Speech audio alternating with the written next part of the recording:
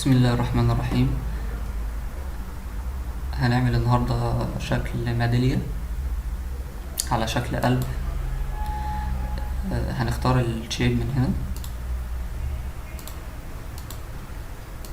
وهندوس كنترول واحنا بنسحب، علشان لو ما دوسناش كنترول هيبقى الوضع مفتوح، فهندوس كنترول. بعد كده هنطلع على المقاسات، هنخلي المقاس بتاعها وليكن 7 سنتي مثلا، ونكون مراعيين ان احنا قافلين القفل ده علشان يبقى ايه السكيل مرتبط بعضه طول في عرض. هنجيب الشكل الاساسي وهنعمل الداخلي بتاعه كنترول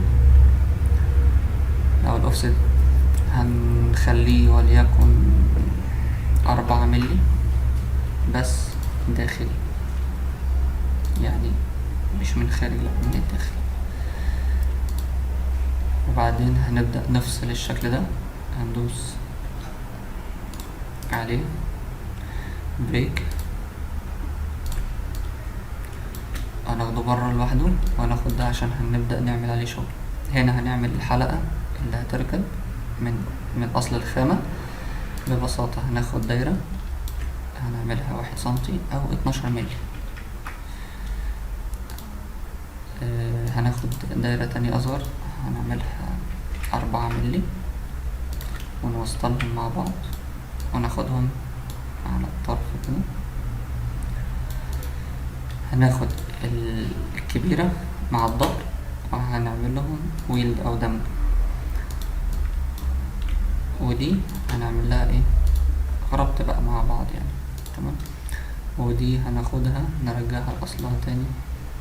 هي في الأصل طبعا بعد ما بتتقطع الخشب ده بيتجمع شيت لوحده ظهر، وده بيتجمع شيت اللي هو اللي فيه الشغل أو الزخرفة أو أيا كان اللي أنا هكتبها، وليكن CNC.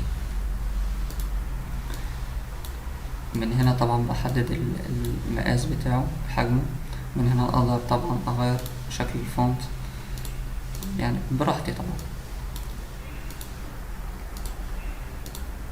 مثلا يعني على سبيل المثال ده واخده في السنتر وبحطه هنا، تمام.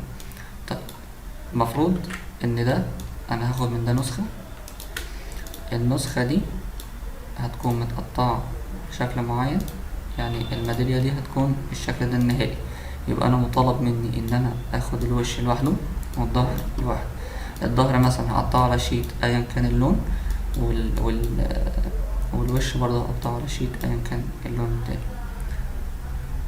بس. وبعد كده بلزق الوش مع الظهر وبجمع بقى الميدالية.